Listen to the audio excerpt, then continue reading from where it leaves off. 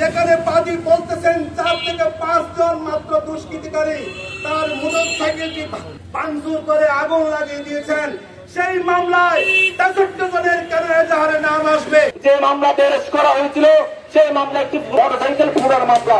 সেই মোটরসাইকেল পুরার মামলার বাদী সেদিন বলেছিল 4-5 জন মুখোশধারী লোকজন এসে আমার মোটরসাইকেলটি পুড়ে রয়েছে, কিন্তু সেই মামলায় 63 জন এজাহারভুক্ত আসামি করে আপনারা যে মামলা দায়ের করেছিলেন সেই নাটকীয় মামলায় একজন উকিয়ার প্রতিবাদী সাংবাদিক তানভীর শাহরিয়ারকে দেওয়া হলো। সাংবাদিকদেরকে এভাবে হয়রানি করা তো ঠিক না।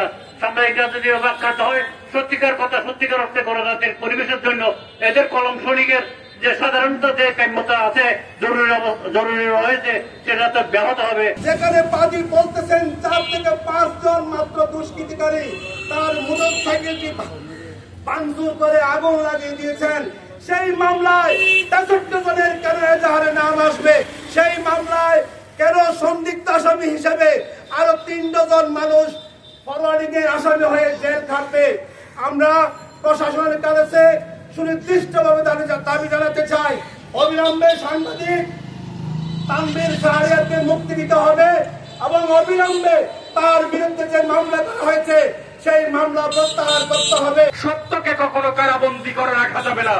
আমরা চাই সেই সত্যের সাহসী প্রতীক আমাদের তানভীরকে অতি সত্বর নিঃশর্ত মুক্তি দিয়ে তার বিরুদ্ধে যে একটি মোটরসাইকেল পোড়ানোর মামলায় 63 জনকে আসামি করার সেই ভিত্তিহীন একটি মামলার আসামি থেকে তাকে তদন্তপূর্বক প্রত্যাহার করে নিঃশর্তভাবে তাকে মুক্তি দেওয়ার জন্য আমরা এখান থেকে জোর দাবি জানাচ্ছি। যদি তানভীরকে অবিলম্বে তার মিথ্যা মামলা প্রত্যাহার না করে তাকে যদি মুক্ত করা না হয়, বাংলাদেশ ছাত্র ইউনিয়ন সর্বোচ্চ মানুষকে নিয়ে আরো কঠোর কর্মসূচি ঘোষণা করবে। কলমকে স্থগিত করে দিতে চাই, তাদের বিরুদ্ধে আমাদের এই আন্দোলন চলমান থাকবে।